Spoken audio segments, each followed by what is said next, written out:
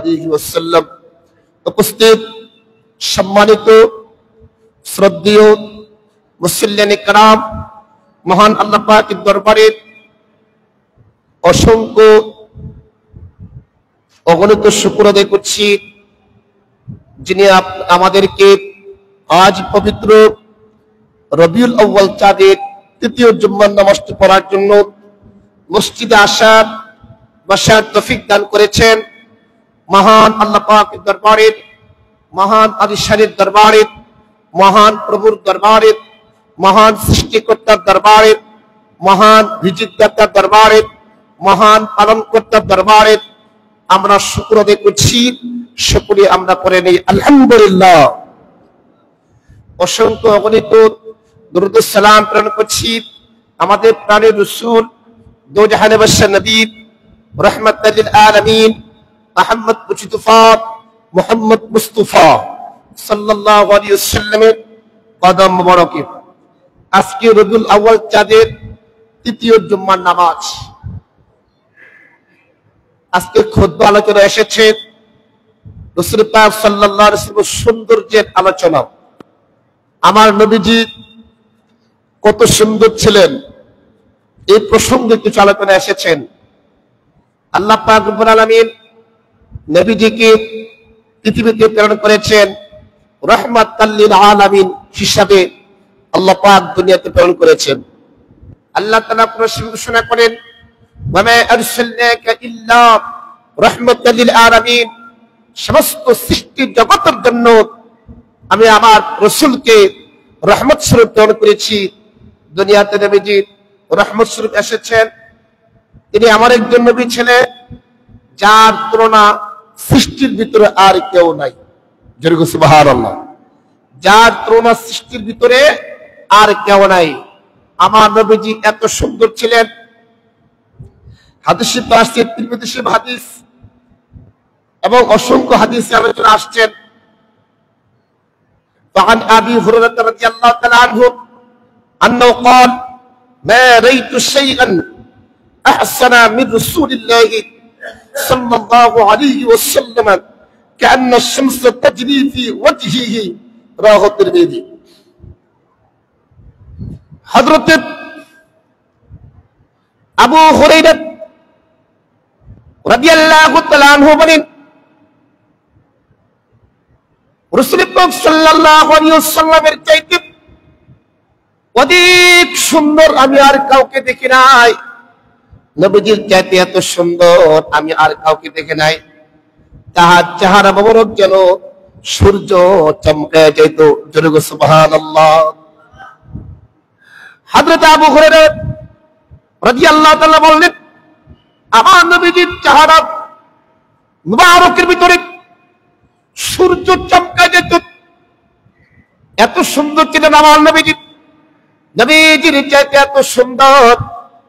এত সুন্দর অধিকারী আর কেউ ছিলেন না। وعن جابر بن سمرة رضي الله تعالى عنه أنه قال رأيت النبي صلى الله عليه وسلم في ليلة دحيرة فجعلت النظور إلى رسول الله صلى الله عليه وسلم وإلى القمر وعليه خلة حمراء فإذا أحسن عند من القمر رواه الترمذي। তিরমিজি শরীফ হাদিসে আসছেন, হযরত জাবির বিন সামরা রাদিয়াল্লাহু তাআলা আনহু তিনি ঘোষণা করেন, একদিন চাঁদনি রাত্রে আকাশে চাঁদ উঠেছে। ওই রাত্রে নবীজির সাথে হযরত জাবির বিন সামরা রাদিয়াল্লাহু তাআলা আনহু তিনি ছিলেন। জাবির বিন সামরা রাদিয়াল্লাহু তাআলা আনহু তিনি বললেন, আকাশে চাঁদ উঠেছে। আমি একবার আকাশে চাঁদের দিকে তাকাই, আরেকবার নবীজির চেহারা মোবারকের দিকে তাকাই। হযরত জাবির বিন সামরা রাদিয়াল্লাহু তাআলা বলতেছেন, নবীজির শরীর মোবারকের ভিতরে লাল একটি চাদর ছিল। ওই চাদরটা পরে নবীজি ঘর থেকে বের হয়েছিলেন। জাবির বিন সামরা রাদিয়াল্লাহু তাআলা বললেন, আমি দেখতেছি কি আকাশের চাঁদ থেকে নবীজির চেহারা মোবারক আরো সুন্দর দেখা যায়। সুবহানাল্লাহ। আকাশের চাঁদ দেখো। রাসূল সাল্লাল্লাহু আলাইহি সাল্লাম সুন্দর ছিলেন, এত সুন্দর করে আল্লাহ পাক আমার নবীজিকে সৃষ্টি করেছেন। আকাশের সূর্য, আকাশের চন্দ্র তার চেয়ে আমার নবীজি সুন্দর ছিলেন। সুবহানাল্লাহ। ত্রিভুবনের প্রিয় মুহাম্মদ এলো রে দুনিয়ায়, আইর সাগর আকাশ বাতাস দেবী যদি আইর সাগর আকাশ বাতাস দেবী যদি দড়ির দ্বারা বেহেশত আজ জয় করিলা বিলোরে লাজ, আজকে খুশির দল নেমেছে দোসর সাহারায়, আইর সাগর আকাশ বাতাস দেবী যদি ত্রিভুবনের প্রিয় মুহাম্মদ, ত্রিভুবনের প্রিয় মুহাম্মদ এলো রে দুনিয়ায়, আইর সাগর আকাশ বাতাস দেখবি যদি আইর সাগর আকাশ বাতাস দেখবি যদি দেখো আমেনা মায়ের কোলে দুলে শিশু ইসলাম বলি, দেখো আমেনা মায়ের কোলে দুলে শিশু ইসলাম বলি, কচি মুখের শাহাদাতের বাণী সে শোনায়, আইর সাগর আকাশ বাতাস দেখবি যদি আইর সাগর আকাশ বাতাস দেখবি যদি ত্রিভুবনের প্রিয় মুহাম্মদ এলো রে দুনিয়ায়, আইর সাগর আকাশ বাতাস দেখবি যদি আল্লাহুম্মা সাল্লি আলা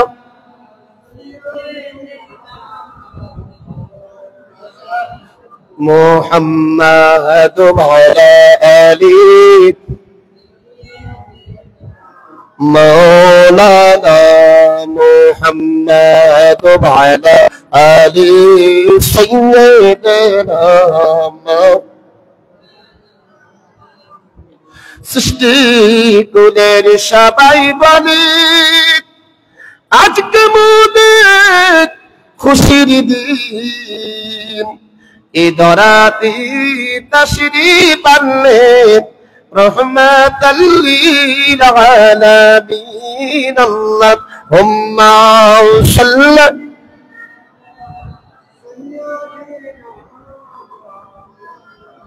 মুহাম্মাদ ওয়া আলা আলি সাইয়্যিদিনা মাওলানা।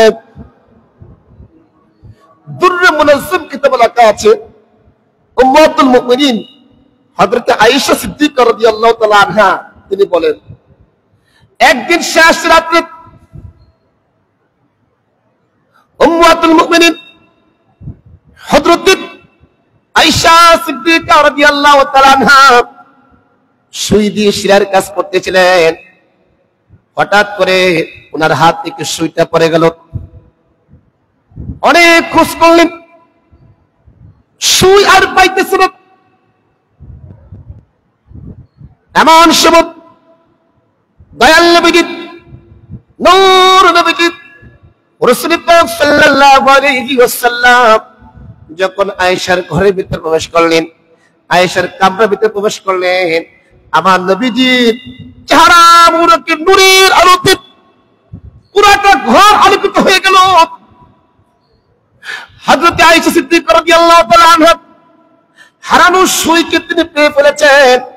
হযরত আয়েশা সিদ্দিকা রাদিয়াল্লাহু তাআলা আনহা তিনি আশ্চর্য হয়ে গেলেন। তিনি বললেন যে আমি আশ্চর্য হয়ে গেলাম, এমন সময় আমার নবীজি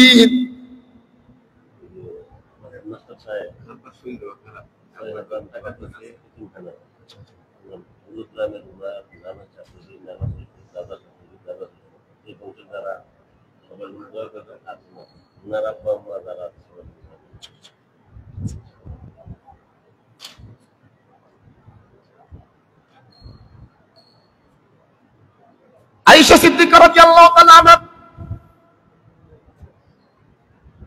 তিনি আশ্চর্য হয়ে গেলেন। নবীজি চেহারা মুবারকের নূরের আলোতে ওনার হারানো সময়কে তিনি পেয়ে ফেলেছেন। আল্লাহ নবী দো জাহানবাসী নবী রাসূল পাক সাল্লাল্লাহু আলাইহি ওয়াসাল্লাম আয়েশাকে জিজ্ঞাসা করলেন, হে আয়েশা, তুমি কেন আশ্চর্য হয়েছো? বললেন, ইয়া রাসূলুল্লাহ, আমি সুইটাকে হারিয়ে ফেলেছিলাম, আমি সুইটাকে পাই নাই, কিন্তু আপনি নবীজি চেহারা মুবারকের নূরের আলোতে আমি আমার হারানো সুইকে পেয়ে ফেলেছি।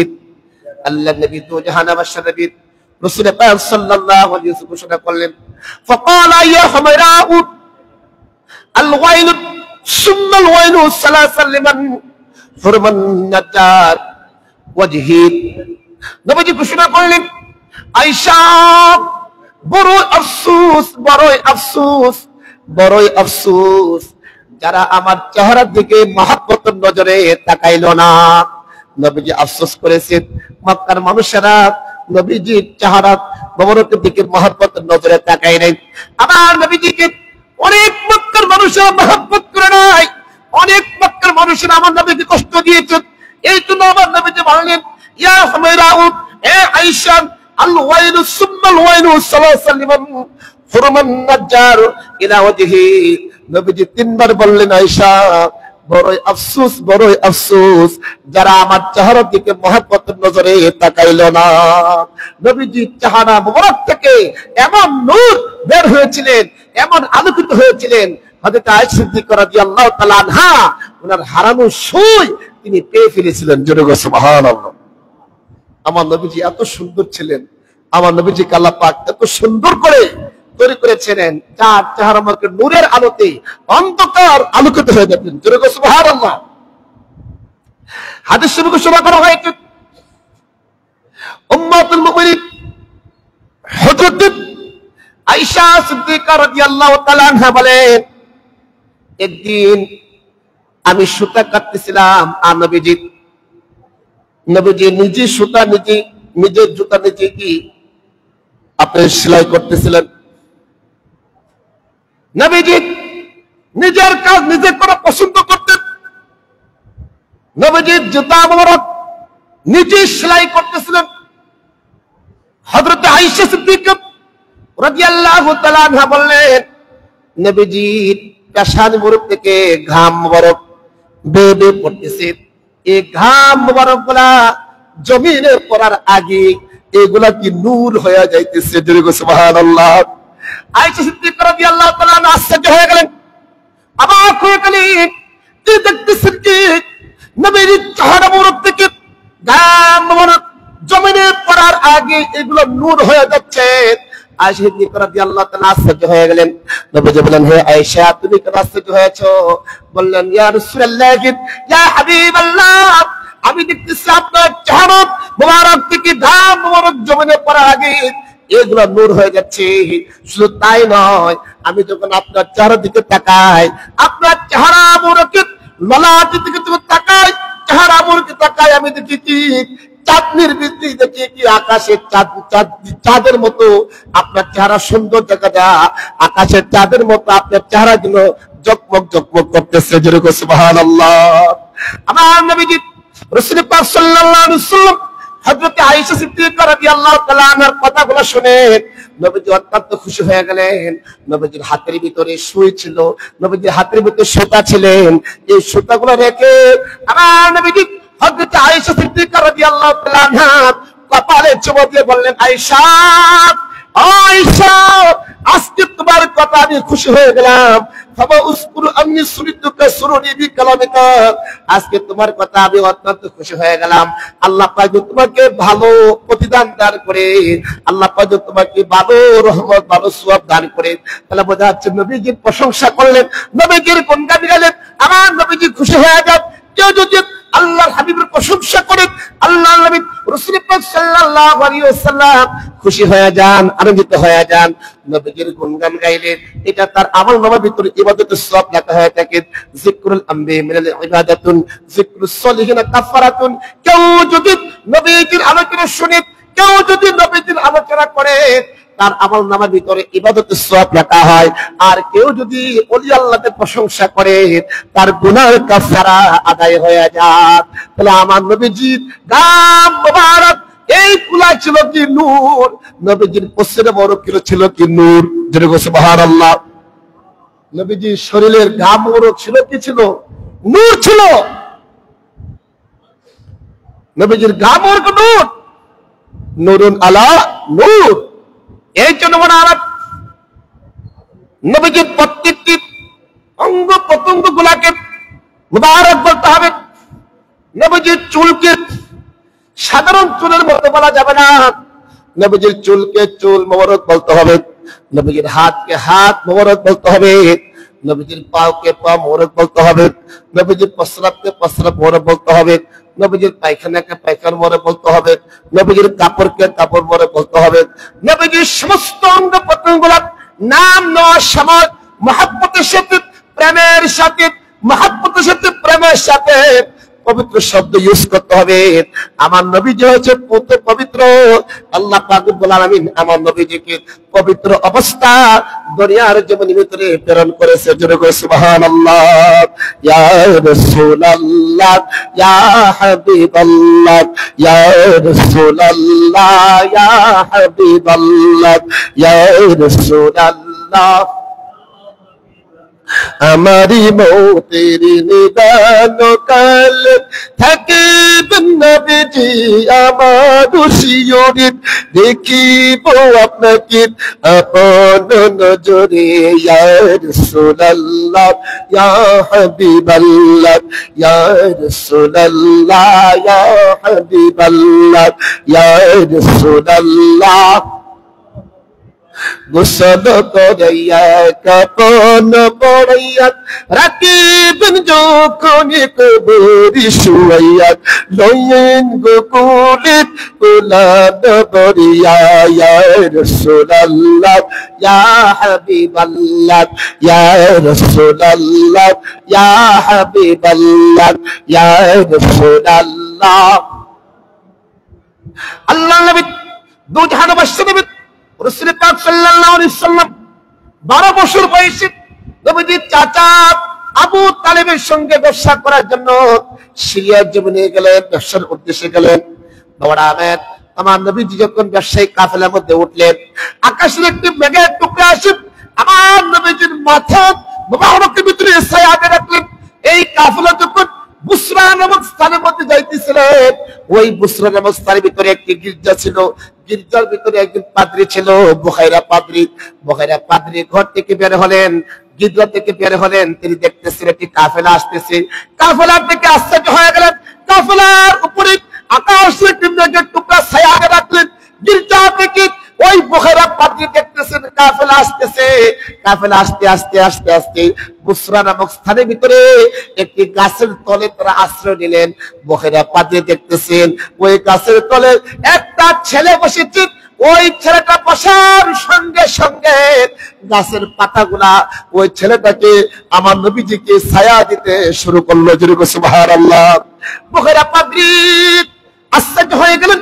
বুখাইরা পাদ্রী তাওরাত কিতাব পড়েছেন, জাবুর কিতাব পড়েছেন, ইনজিল কিতাব পড়েছেন। ওই সমস্ত কিতাব লেখা রয়েছে আখিরি জামানার নবী যখন দুনিয়াতে আসবেন, আখিরি জামানার নবীর মাথার উপরে মেঘের আকাশের মেঘ ছায়াটা রাখবে।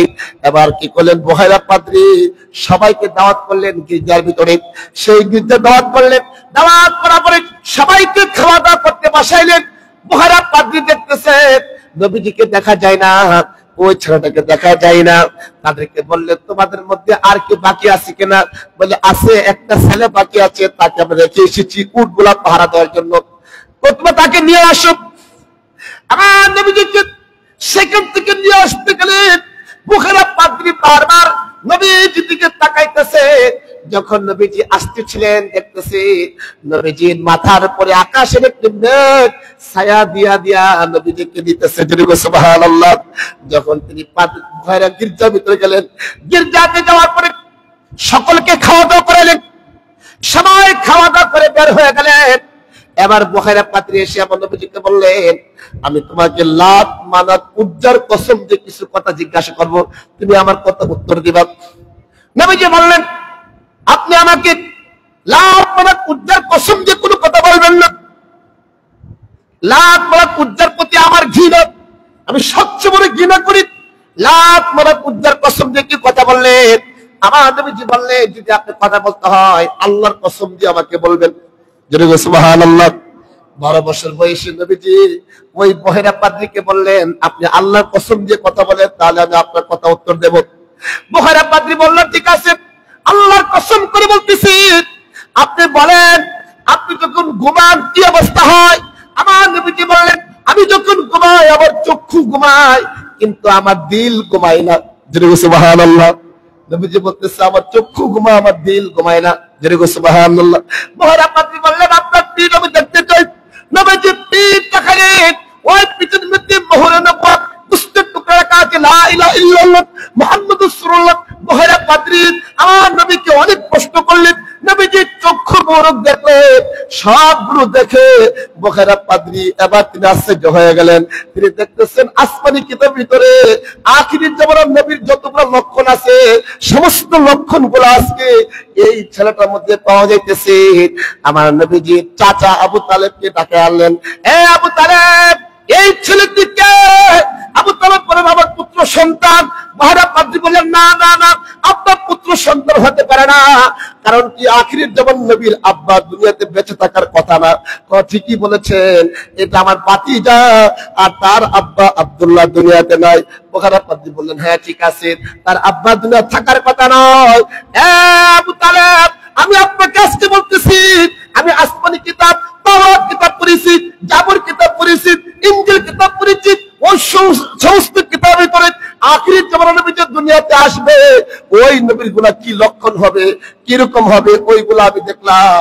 এই যে ছেলেটা আনছেন আপনার ভাতিজা মুহাম্মদ, সবগুলা লক্ষণ তার ভিতরে আছে। তিনি হয়েছেন আমার বিশ্বাস আখিরের জামানার নবী, রাহমাতাল লিল আলামিন। সুবহানাল্লাহ। নবী যখন 12 বছর বয়স, তখন ওই সেই বুখাইরা পাদ্রী আমার নবীকে চিনতে পারছেন। আর তিনি কে? রাহমাতুল আলামিন। আকাশের মেঘের একটি টুকরা আমার নবীজিকে ছায়াতে রাখতেন মরুভূমিতে চলার সময়। জোরে বলুন সুবহানাল্লাহ। এই জন্য আমার নবীজি দুনিয়াতে এসেছেন, অসংখ্য অগণিত কারামত, অসংখ্য অগণিত মুজিজা আমার নবীজি দুনিয়াতে দেখিয়ে গেছেন। আল্লাহর পক্ষ থেকে নবীজিকে আল্লাহ পাক রহমত প্রেরণ করেছেন। আমার নবী যখন রাস্তাটা বের হতেন, রাস্তার গাছে আমার নবীকে সালাম দিতেন, রাস্তার পাথরে আমার নবীকে সালাম দিতেন, রাস্তার মাটি আমার নবীকে সালাম দিতেন, রাস্তার পাহাড় আমার নবীকে সালাম দিতেন, রাস্তার পশু পাখি সবাই আমার নবীকে সালাম দিত। জোরে বলুন সুবহানাল্লাহ। তিনি কেমন নবী ছিলেন, যে নবীকে পাহাড়ের সালাম দে, পাথরের সালাম দে, মাটির সালাম দে, গাছের সালাম দে, সৃষ্টি সব আমার নবীকে সালাম দে। সেই নবী হয়েছে রাহমাতাল লিল আলামিন। আর সেই নবীর আগমনের মাস এই রবিউল আউয়াল মাস, এই যে মিলাদুন নবী মাস, এই জন্য বড় আমার নবীর প্রেমিক হতে হবে, নবীর আশিক হতে হবে, কালবের ভিতরে নবীকে মহব্বত করতে হবে, নবীকে জায়গা দিতে হবে, নবীর প্রতি ভালোবাসা রাখতে হবে। যার অন্তরের ভিতরে নবীর মহব্বত বেশি, যার হৃদয়ের ভিতরে নবীর মহব্বত বেশি, সে তত বড় আল্লাহর ওলি, সে তত বড় আশিক রাসূল। জোরে সুবহানাল্লাহ। নবীর মহব্বত ছাড়া আল্লাহকে পাওয়া যাবে না, রাসূলের মহব্বত ছাড়া ইবাদত কবুল হবে না, রাসূলের মহব্বত ছাড়া আল্লাহর সন্ধান পাওয়া যাবে না। আসুন আমরা সকলে নবীজিকে মহব্বত করি, নবীজিকে ভালোবাসি, জানের চাইতে প্রাণের চাইতে মহব্বত করি। আর নবীজিকে ভালোবেসে বেশি আমরা সুন্নতগুলোকে রোশন করি, মাথা থেকে পা পর্যন্ত আল্লাহর হাবিবের সুন্নতের রঙে রঙিন হয়ে যায়। আসুন আমরা মাথায় টুপি দেই, মুখে দাড়ি রাখি, পাঞ্জাবি পরি, মিসওয়াক করি, দিলা করে ব্যবহার করি, সবাইকে সালাম দেই, বড়দেরকে শ্রদ্ধা করি, ছোটদেরকে স্নেহ করি, ছোট বড় সবাইকে সালাম দেই। এই নবীর আদর্শ যখন আমার আপনার ভিতরে চলে আসবে, অটোমেটিক আমরা একজন আল্লাহর ওলি হতে পারবো। জোরে সুবহানাল্লাহ। আমরা সকলে নবীজিকে মহব্বত করতে চাই কি চাই না? জোরে নবীজিকে ভালোবাসতে চাই কি চাই না? এই জন্য সবাই আমরা নবীজিকে মহব্বত ভালোবাসবো। নবীর সাথে যারা দুশমনি করবে তাদের সাথে আমাদের কোনো সম্পর্ক নাই। জোরে সুবহানাল্লাহ। পৃথিবীর কারোর সাথে আমার নবীর তুলনা নাই। আল্লাহ যেন আমাদের সবাইকে নবীজির প্রেম ভালোবাসা মহব্বত রাখার তৌফিক দান করে। সকলে বলে আমিন। সকলে বলে আমিন। এই জন্য আমাদের নবীজিকে অনুসরণ করে প্রত্যেকটা সুন্নতের দিকে আমাদের আগাইতে হবে, সুন্নতের আমল করতে হবে। কাজে কর্মে ওঠা বসায়, চাকরি বাকরি, ব্যবসা লেনদেন, সব ক্ষেত্রে আমাদেরকে এই নবীজির সুন্নত অনুসরণ করতে হবে। তাহলে ইনশাআল্লাহ আমরা প্রকৃতপক্ষে নবীর খাঁটি উম্মত হয়ে আমরা কবরেতে পারবো। আল্লাহ যেন আমাদের সবাইকে তৌফিক দান করে নবীজির সুন্নত অনুযায়ী আমল করার জন্য। আমরা সকলে বলি আমিন, জোরে করে আমিন। আজকে দোয়ার প্রার্থী আছেন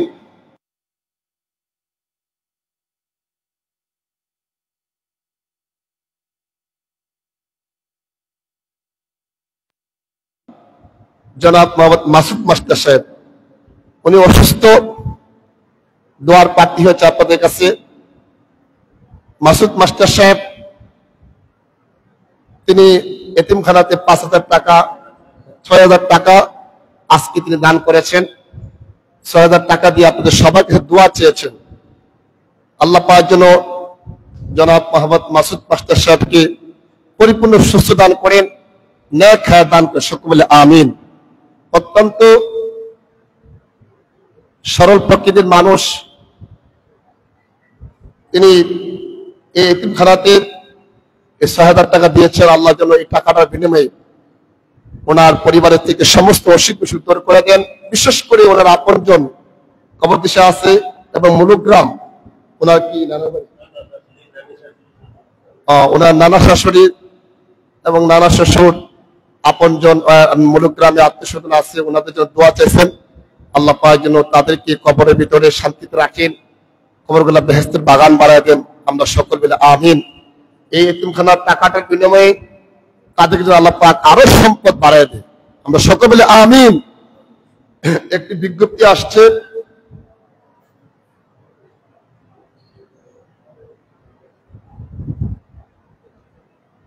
আগামী 12 অক্টোবর 2025 থেকে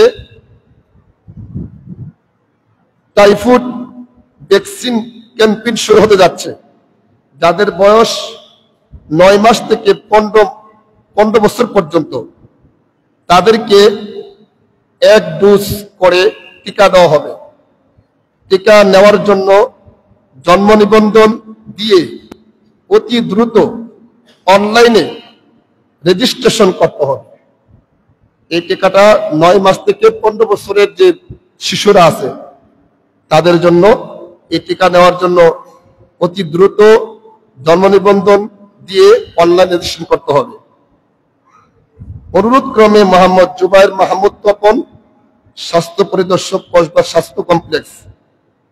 12 অক্টোবর টাইফয়েড ভ্যাকসিন, এই ভ্যাকসিন যারা দরকার, সকলের দরকার, যাদের জন্ম নিবন্ধন নাই জন্ম নিবন্ধন করে আপনার অনলাইন রেজিস্ট্রেশন করার জন্য বিশেষভাবে আহ্বান করা হলো। যারা সুন্নত পড়েন সুন্নত পড়েন। ওয়া আখিরু দাওয়ানা আলহামদুলিল্লাহি রাব্বিল আলামিন।